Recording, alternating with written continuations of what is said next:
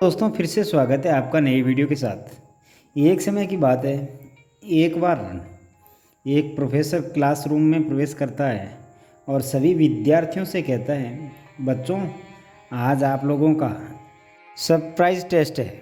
Surprise test के बारे में सुनकर सभी बच्चे डर जाते हैं। फिर प्रोफेसर ने सभी बच्चों के डेस्क पर क्वेश्चन पेपर को उल्टा करके रख दिया। सभी बच्चों से कहा, जब तक मैं ना कहूँ कोई भी क्वेश्चन नहीं देखेगा। सभी बच्चों ने ऐसा ही किया। सभी बच्चों के डेस्क पर क्वेश्चन पेपर रखने के बाद प्रोफेसर ने कहा, ठीक है बच्चों, अब आपका सरप्राइज टेस्ट शुरू होता है। अब आप क्वेश्चन देख सकते हैं।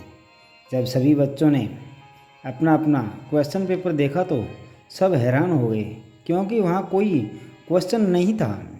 क्वेश्चन पेपर के बीचों बीच एक बस छोटा सा काला बिंदु था।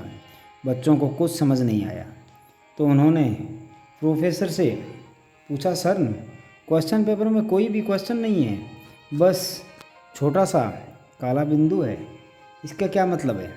तब प्रोफेसर ने मुस्कुराकर कहा, बच्चों यही आपका सरप्राइज टेस्ट है। आपको इस पेपर में जो कुछ भी दिखाई दे रहा है आपको उसके बारे में लिखना है।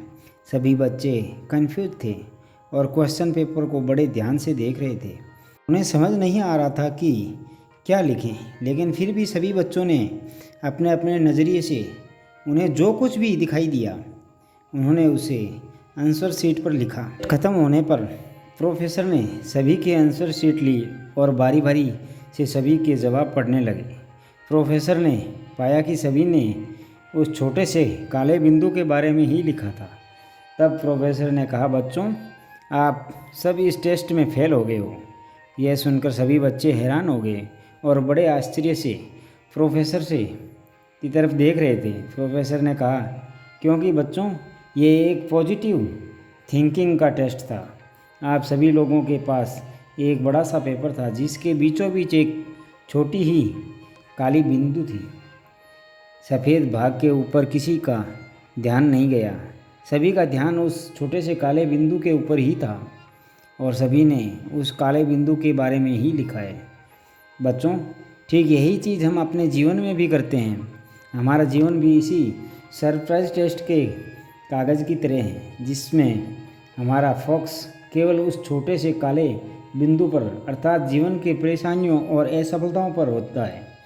हमारे फोकस कभी भी कागज़ के सफ़ेद भाग अर्थात ईश्वर ने जो हमें हज़ार अच्छी चीज़ें दी हैं उस पर कभी ध्यान नहीं जाता। बच्चों इसका ये मतलब नहीं है कि हमें समस्याओं को नज़रअंदाज कर देना चाहिए, बल्कि हम अपने जीवन के सफ़ेद भाग अर्थात सकारात्मक भाग को ध्यान में रखकर हर समस्या का समाधान डटकर करना चाहिए और कभी भी जीवन में समस्याओं और असफलताओं को अपने ऊपर हावी नहीं होने देना चाहिए। दोस्तों अक्सर हम अपने जीवन के छोटी छोटी समस्याओं और असफलताओं से दुखी हो जाते हैं। हमारा ध्यान कभी भी अपने जीवन की सफ़ेद भाग पर नहीं जाता।